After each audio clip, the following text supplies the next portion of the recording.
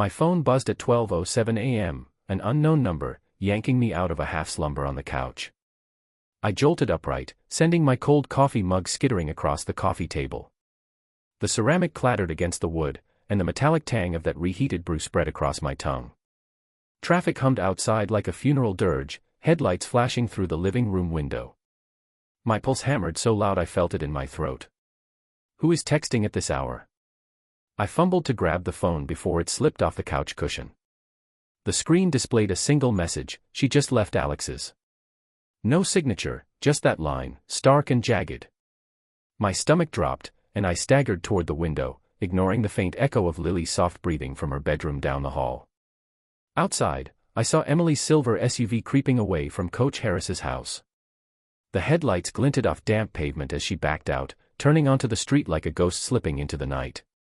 My heart exploded in my chest, everything I believed about us shattered in one surreal moment. I pressed my forehead against the cool glass, the distant drone of the garbage truck fading into silence. Inside, the faint scent of pine from last night's scented candle still lingered in the kitchen. The burner's low hiss ticked beneath my palm as I reached for the coffee mug, its chipped rim cutting into my skin. Stay calm. Breathe. I lifted the mug again, but the coffee sloshed over the edge. I set it back down with a hiss and bolted from the kitchen to the attached garage, the click of the door opener echoing like an alarm. My legs trembled as I kicked the driver's door open and tumbled into the passenger seat, eyes still stinging from the half-light. Lily's rattled sleep toy, a wooden owl, lay abandoned on the kitchen floor, a reminder I'd left in my rush. Her soft snore echoed in my ears, even from here. I slammed the car door, the snap echoing in the garage. I jammed the key into the ignition, the engine roared to life, vibrations humming through my fingertips. Stay calm, I muttered, gripping the steering wheel so tight my knuckles went white. The leather's texture dug into my palms, each ridge a reminder to hold on. I shoved the phone into my pocket, ignoring the second text that blinked unanswered. Watch her closely. He's not letting go. My head snapped toward the window. Surely it wasn't real, just another cruel rumor. But as I released the brake and peeled out of the driveway, the late-night stillness of the neighborhood felt like a trap. The tires hissed on wet asphalt as I turned onto the main road, streetlights flickering overhead. Traffic was sparse at this hour, but each passing car's headlights felt like a spotlight searching me out. I risked a glance in the rearview mirror, empty street, no sign of Emily's SUV behind me. My palms sweat clung to the wheel, and I scarcely noticed the interstate off-ramp I took toward Alex's block. She wouldn't do this, not to us. Yet the image of Emily stepping onto Alex's porch replayed in my mind, her silhouette pressed close to his, framed by that yellow porch light. I pressed the accelerator harder, the rumble of the engine matching the thunder of my heart. As I neared Alex's house, the neon glow of a nearby street lamp painted the wet pavement silver. My car crested the hill, and there it was again, Coach Harris's stoop, empty now. The front door sat open a crack, a sliver of hallway light seeping into the night. My breath caught. I killed the engine and sat in the black cab, engine idling, the air heavy with the scent of rain-soaked asphalt. The echo of my own breathing filled the car as I unclenched my fists. Every part of me screamed to hurry inside, but I forced my chest to steady. Gather yourself. Protect Lily and Ethan. I exhaled slowly, the distant hum of traffic returning as a low drone. I pressed the ancient watch on my wrist, my grandfather's, its ticking louder now, a metronome marking the seconds until I recovered enough calm to face what lay ahead. But one thing was already clear, trust had broken on that cold pavement, and nothing would ever be the same. I drove home in stunned silence, headlights tracing yellow ribbons across damp pavement.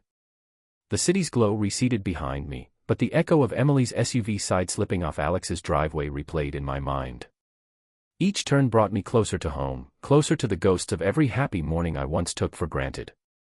Stepping through the front door, I felt the familiar weight of our family's world press around me.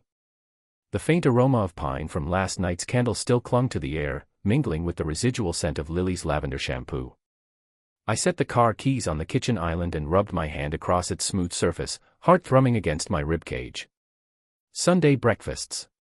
Pancake syrup and laughter.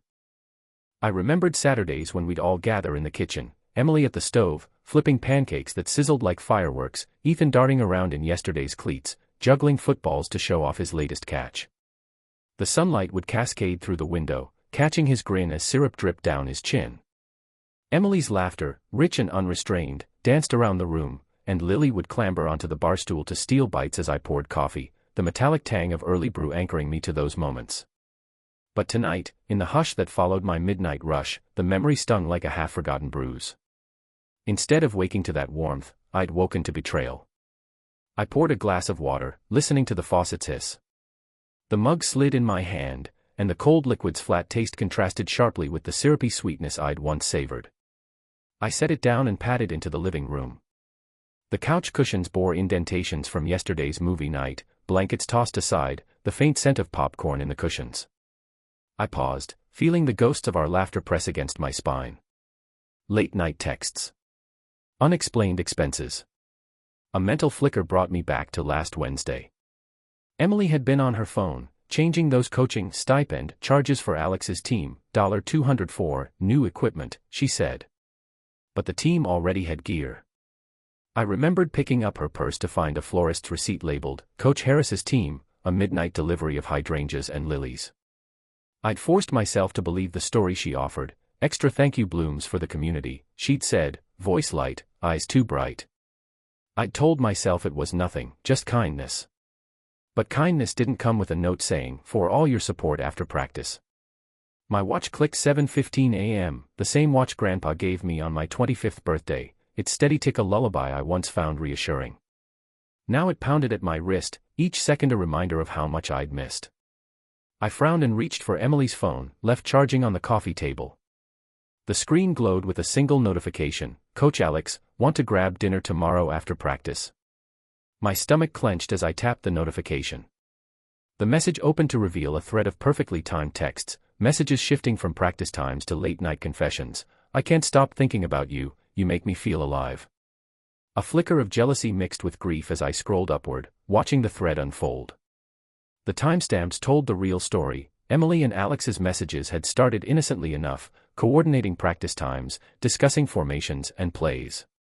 But then, around 2 weeks ago, they veered into personal territory, Emily's worries about Ethan's ankle, Alex's sympathy when I'd missed Lily's recital for an all-day coding meeting. Their rapport deepened with every late-night text, and I hadn't noticed. I felt the empty mug's chipped rim bite into my palm as I gripped it too tightly. The planes of memory shifted under me, the anniversary dinner we'd shared last spring, candles flickering at an Italian trattoria, her eyes bright as she recited her toast, to us, always, while I toasted her in return. We danced in our living room to a scratchy vinyl record, and Ethan had crashed in, collapsing in our arms, giggling. We'd all collapsed in a heap, the piano's muffled melody drifting through our laughter. Those images now felt like shards of glass. Lily's soft voice called from her bedroom, Daddy. Are you okay? I froze and swallowed the lump in my throat. I set Emily's phone face down and straightened. The warmth of fatherhood surged through me, the imprint of Lily's head on my shoulder as I read her, good night, I love you, texts, Ethan's triumphant grin when I coached his first touchdown. I squared my shoulders and tucked Emily's phone into the kitchen drawer, out of sight but not out of mind. There was work to do, and no more time for denial. Protect them. Gather proof. I grabbed a pen and stuck a note on the bulletin board. 1. Call Mark. 2. Private investigator. 3. Install cameras. Each item was a lifeline, keeping me tethered to purpose. I moved past the mural of my son's football plays, pinned up by Emily months ago, a collage of celebration now tinged with betrayal. I paused to stare at Ethan's wide grin framed by green turf, then turned away. In the hush of our home, I heard the distant drone of traffic return, cars headed downtown, oblivious to the storm unfolding beneath our roof. I straightened, the memory of Emily's laughter mixing with Lily's sleepy sobs from the baby monitor. I refused to let those echoes vanish without a fight. I took one last look at the breakfast table, where syrup-stained napkins and coffee rings bore silent witness to the life we built, a life now fractured by secrets. I inhaled, the air cold and sharp, and exhaled, tasting resolve sharpening on my tongue. The sun had not yet risen, but I felt its promise, each day offered a chance to rebuild. I tapped the watch face, its steady tick a vow. I would find the truth, protect my children, and reclaim what remained of our family's future. And if Emily's betrayal threatened to drown us, I would build a way back to shore, no matter how hard the tide. The late morning sun poured through the blinds as I sat at my desk, staring at the thread of texts between Emily and Coach Alex. Each message was a dagger. Can't stop thinking about you, you make me feel alive. My chest felt hollow, but behind the hurt, a cold purpose took shape. I clicked the subject line of my next email to Mark, my older brother and attorney, and hesitated. My hand shook, part of me still couldn't believe this was real. Yet evidence lay before me, timestamps, seedlings of deceit that had grown into a forest of betrayal. I reminded myself of Lily's innocent face, curled asleep in her crib, and Ethan's grin when he scored the touchdown last Friday. They needed stability, not the chaos I felt. I swallowed, exhaling a breath I didn't know I'd been holding, and typed. Mark, I need your help. It's Emily, she's been seeing Coach Alex. I've got texts and photos. Can we meet today? I hit send and closed my laptop. The hush of the house pressed against me, broken only by the soft hum of the air conditioner and the distant wail of a siren. The world outside moved on, but my internal landscape had shifted. Trust, once the foundation of my marriage, lay in shards. Organize the evidence. Protect the kids. Act with intention. I retrieved the printed photos from the private investigator, Emily stepping from Alex's dark sedan after practice, her arm draped around his waist, their lips hovering as though the world existed only for them. I pinned those images to the corkboard in my makeshift home office, our study, where I often worked late. Beneath them, I affixed the floral invoices for the hydrangeas and lilies delivered to Alex's field at midnight, and the coaching stipend receipts totaling $600 over the past month. Each piece fit together like a grim jigsaw. My grandfather's watch ticked familiar seconds against my wrist. Its steady rhythm grounded me in a way nothing else could. I unbuckled it and placed it beside the photos, its gold face gathering the afternoon light. I needed to remember that every second since I discovered the truth mattered. I closed my eyes and pictured the kids, Ethan striding across the kitchen floor, mouth full of cereal, eager to share some new play he learned, Lily toddling behind his legs, babbling. That image steeled my resolve. I couldn't let them bear the consequences of Emily's choices unshielded. At 2 o'clock, I drove to Mark's law office. Wind rattled the trees lining Lakeshore Drive as I navigated the afternoon traffic. Each honk, each screech of tires, echoed my racing thoughts. Keep it together, I told myself, glancing down at the watch still strapped to my wrist. Its tick felt as determined as my own mind. Mark greeted me in his executive suite, walls lined with law books and framed diplomas. He eyed the folder I handed him, marked evidence. Photos, receipts, text transcripts, all organized with legal precision. He studied each item and didn't flinch as I narrated. This confirms everything, he said, eyes on the screen-captured text. I need you more than I need him. I swallowed. The rawness of those words, Emily admitting she valued Alex more than me, hit me like a physical blow. Rage and grief welled up, but I forced myself to stay measured. That's not all, I said, passing him the private investigator's report. Heavily edited video from last Friday's practice, Emily lingering near Alex's car until nearly midnight. I need to act. Mark nodded. We'll file for temporary custody, cite her abandonment and infidelity. First, we need a restraining order for unmonitored contact with the kids. Then, subpoena Alex's coaching logs and any financial records. He paused, looking at me with a mix of sympathy and steely determination. Your kids should not go through this unprotected. We'll also approach the school board. An affair between a coach and a parent can be grounds for immediate suspension. Hope flickered amid my anguish. There was a way forward, a path to shield Ethan and Lily. I exhaled, letting Mark's words settle. What about Emily? I asked. I don't want to ruin her, just keep the kids safe. We'll demand supervised visitation, Mark replied. We'll push counseling. And we'll seek financial restitution so the kids aren't left vulnerable. Revenge isn't the goal, protection is. But the consequences must be real. I nodded. That balanced approach, justice without vindictiveness, felt right. I paid for a consultation with a family therapist Mark recommended for Ethan and Lily, then returned home with a folder full of subpoenas and affidavits. At home, I booted up the computer and sent an email to the private investigator, requesting any additional footage from Alex's apartment sensors. Then, I printed copies of the evidence and tucked them into the folder marked Court. My chest ached with every paper I stacked, knowing these documents represented Emily's betrayal and Alex's betrayal of his professional ethics. Next, I drafted a letter to the school board. I described the relationship, Emily's weekly drives to Alex's Field 4, team practice notes, the late-night texts, and the images capturing them after hours. I requested an immediate review of Alex's conduct and urged confidentiality to prevent undue scandal. I could already imagine the headlines if this went public: Coach Alex Harris suspended, scandal rocks local football program. But my purpose wasn't to create a spectacle, it was to sever any connection he had to my children, ensuring they would no longer be exposed to his betrayal. Later, as dusk fell, I sat in Ethan's dimly lit bedroom, watching him arrange his football cards. He glanced up at me, eyes wide. "Dad, what's wrong? You left dinner half-finished." I knelt to his level, forcing a calm smile. "Just some work stuff, buddy. Can't wait to watch you practice next week." I ruffled his hair, my stomach twisting at the half-truth. The truth would come soon enough, but not tonight. Tonight, I'd let him feel protected. After I tucked Ethan into bed and kissed Lily's forehead in her crib, I retreated to my office. The moonlight streamed through the window, painting silver lines across the evidence laid out on the desk. I touched the watch on my wrist, its ticking now a vow. For every deceitful moment Emily and Alex shared, I had evidence, solid, undeniable proof. But evidence alone wasn't enough. I needed a precise plan for confronting Emily, staging a showdown where her guilt would be exposed in front of our children. I needed to ensure that when the truth emerged, it would be structured and merciful for the kids, yet undeniable enough that Emily and Alex couldn't escape its weight. I grabbed a fresh legal pad and wrote. 1. File temporary custody motion. 2. Subpoena, coaching logs, financial records, phone records.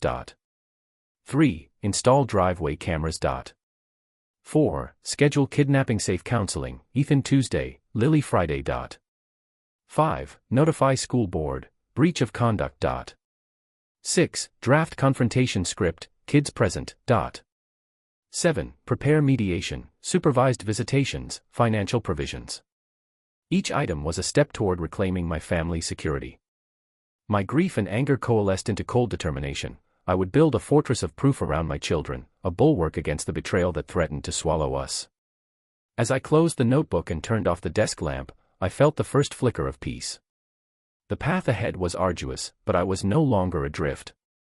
Every heartbeat, every tick of my grandfather's watch, propelled me forward, beyond betrayal, toward justice, and eventually, toward restoration. In the hush of the house, I whispered to the empty room, "I've got you." And for the first time since that midnight text, I believed it. Dusk settled over Chicago like a velvet curtain as I climbed the front porch steps, my grandfather's watch ticking heavily against my wrist. The scent of pine from Emily's candle mingled with the faint aroma of Ethan's football cleats by the entryway, a bittersweet reminder of the innocence I aimed to protect. Inside, muffled voices drifted from the living room, Emily's light laughter and a familiar baritone. "Alex." I paused at the threshold, my heart hammering in sync with the watch's second hand. In that moment, countless memories slammed into me, our wedding vows exchanged under stadium lights, Ethan's first touchdown I celebrated from the sidelines, Emily's proud smile on that day. Those moments built the foundation of our family, and now I felt them cracking beneath my feet. I inhaled, tasting the metallic tang of determination mingled with betrayal, then stepped inside with measured calm.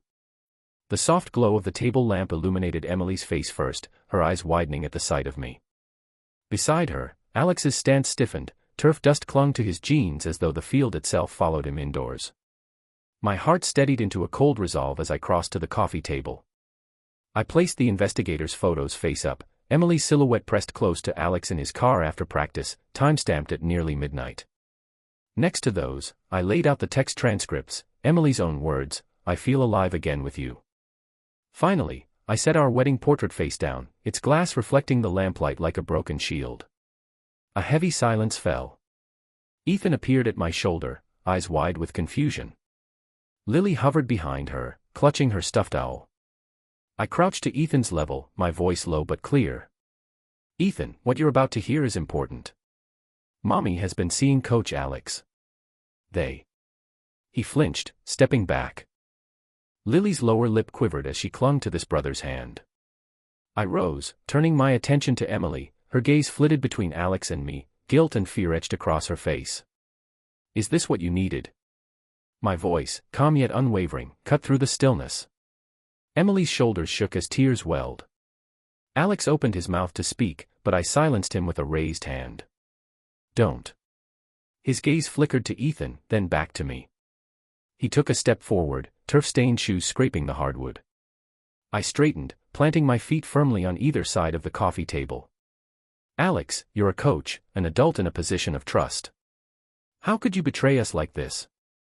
His face paled. "Michael, No excuses."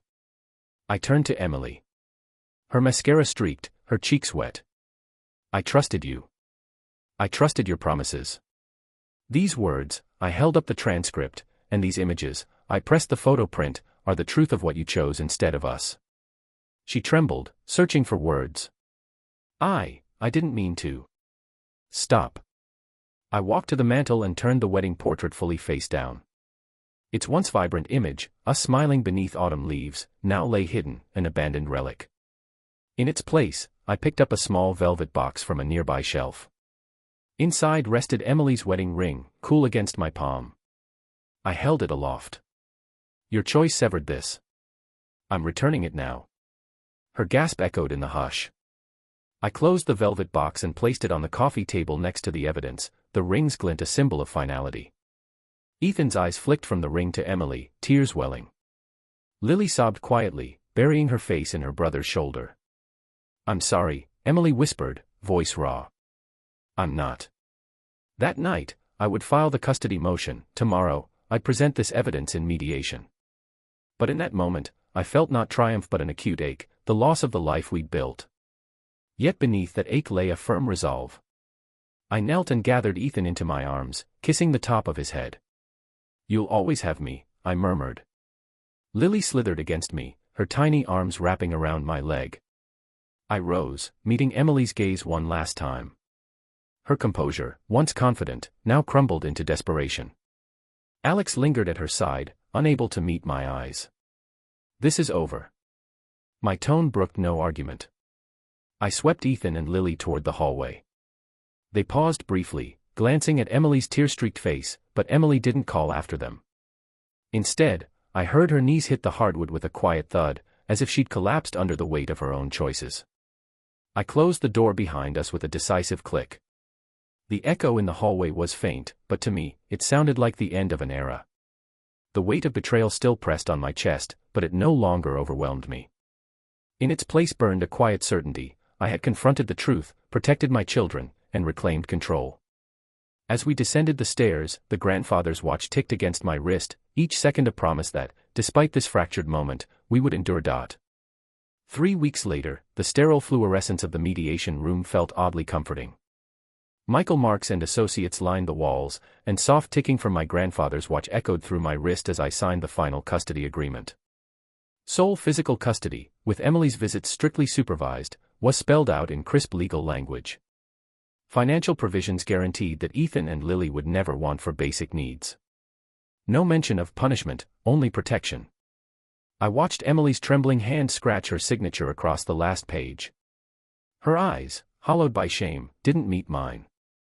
There were no glares, no recriminations, just the hushed hum of the overhead lights and the faint rustle of papers. Ethan stood beside me, clutching my suit jacket as though it were a lifeline. Lily clung to his pant leg, her big eyes brimming with uncertainty. I bowed my head, acknowledging the end of our marriage without fanfare. Stepping out into the hallway, I drew in a steadying breath. Ethan slipped his hand into mine, and Lily's small fingers threaded through my other hand.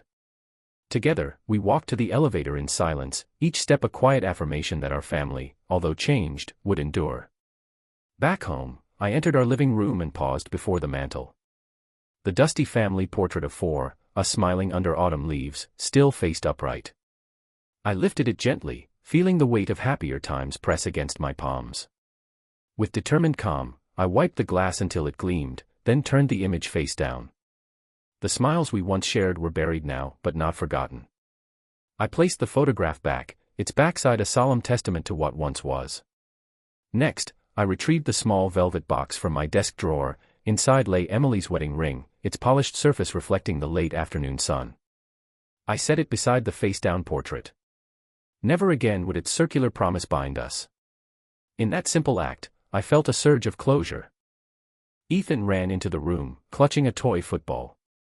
"Dad, can we practice in the backyard?" His voice was hopeful, eagerness shining in his eyes. Lily followed, her stuffed owl perched on her hip. I crouched to meet them, slipping my grandfather's watch back onto my wrist. Its second hand resumed its steady rhythm, a reminder that time moved forward, uncaring of past betrayals. "Of course," I said, standing and ruffling Ethan's hair. "Let's go, show me your spin move." We stepped into the backyard, the late sun casting golden patterns on the grass. As I coached Ethan through his footwork and Lily cheered from the sidelines, a sense of peace settled over me. My mind drifted to the blog I'd started, Fragments of Trust, where I planned to share our story, how betrayal cut deep, but measured resolve could heal. That evening, after tucking Lily into bed and promising Ethan I'd attend his first game this weekend, I returned to the living room. I opened my laptop and navigated to the first post, a raw yet measured account of finding out, documenting every step, and reclaiming our children's future. Below it, I added a photo of my grandfather's watch with the caption, "Time demands truth." I let the laptop rest and inhaled the quiet. The house felt still, no more hushed phone calls or furtive footsteps. My chest, once heaving with anger and grief, now rose and fell with measured calm. The path ahead had been forged through darkness, but in its wake lay clarity. I glanced at the face-down family portrait and the velvet box. Revenge, I had learned, wasn't about vengeance but mastery of my own life, protecting my children and forging a future on my own terms. I exhaled, feeling gratitude for the steady tick of the watch and the promise it held, that, despite everything lost, we would rebuild on a foundation of truth.